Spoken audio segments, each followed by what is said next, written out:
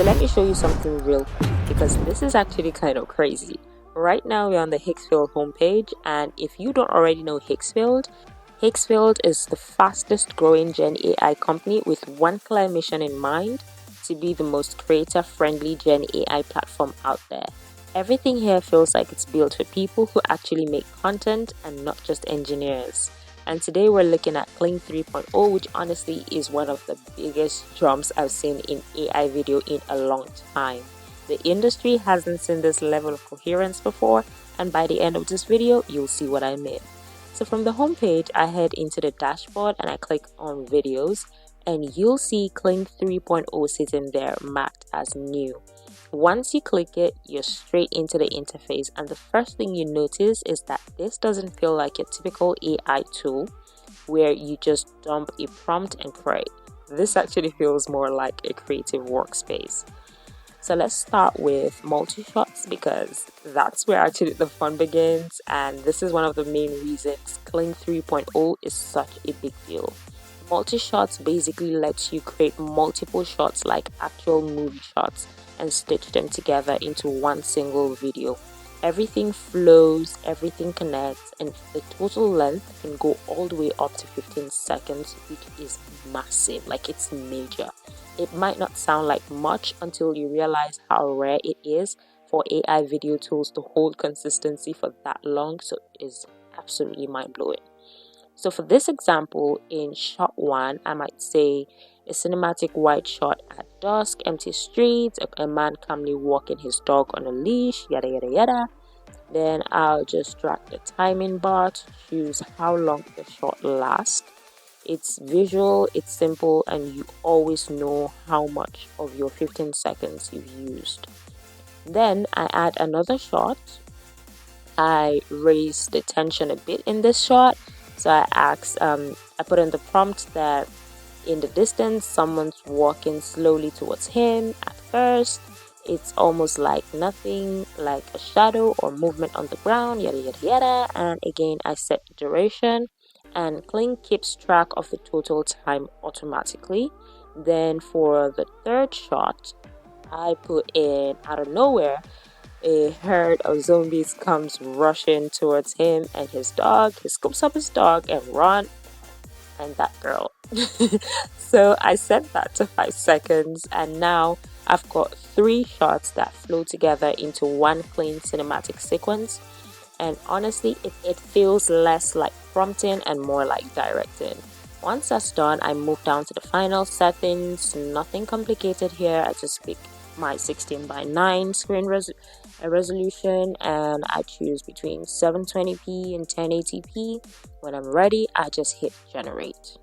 Now here's another thing I really like. If you want, you can switch multi-shot off, and Kling 3.0 lets you just write one full prompt and generate the entire video in one go. This is perfect for scenes that need to feel continuous. You also got the option to add a start frame and an end frame. With multi-shots, you can just use a start frame if you want. With full video, you can lock in both at the beginning and the end. It's totally optional, but really powerful if you care about control. So for this example, I'll just type in something simple like a tense night street scene. 2 figures face off each other in silence. One step forward, circles his fist, throws the first punch, yada yada yada. Just, something simple, clean, and cinematic. And after that, you can decide if you want sound on or off, and this part is huge. With sound on, Kling 3.0 adds a native audio directly inside the model, not as an afterthought. This actually includes like sound effects, dialogues, atmosphere with proper lip sync, and even multilingual support. This is what they call omni-native audio. It makes your scenes feel more grounded than silent clips. Let me show you this clip right here.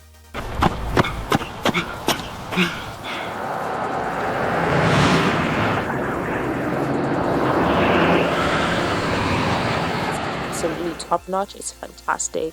Now let's talk about elements, because this is where Kling 3.0 really separates itself. Elements let you upload reference images like characters, objects, scene details, and basically lock them in.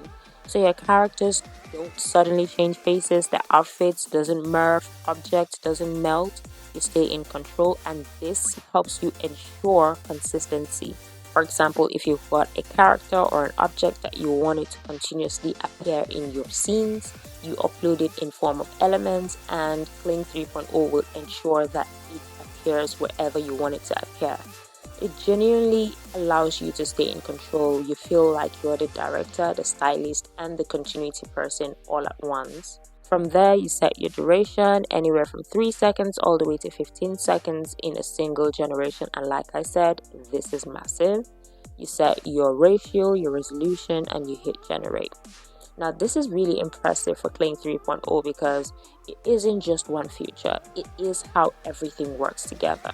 You get emotion-driven close-ups that actually hold believable expression, like this clip right here.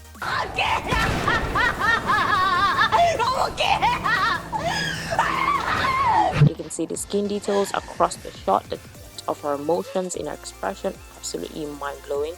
You've got fight scenes and actions that don't glitch or break physics. This clip right here is mind-blowing. It feels like a scene from Neil Moritz movie.